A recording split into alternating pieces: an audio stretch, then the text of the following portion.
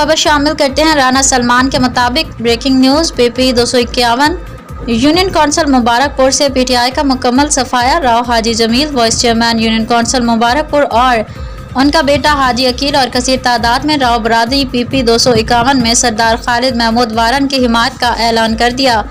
सरदार खालिद महमूद वारन अल्लाह ताला आपको सलामत रखे, आमीन। इस मौके पर मलिक रहीम बख्श खुरवाला साबिक chairman union council Mubarakpur, Malik Amir Ali Channar साबिक chairman union council Madperwa, Malik Zahid Khare ज़मींदार आला union council Ali Khadak, Malik Mohammad Usman information secretary PP 251 और दीगर दोस्त भी मौजूद थे। जाम अहमद यार, मुस्लिम लीग नून।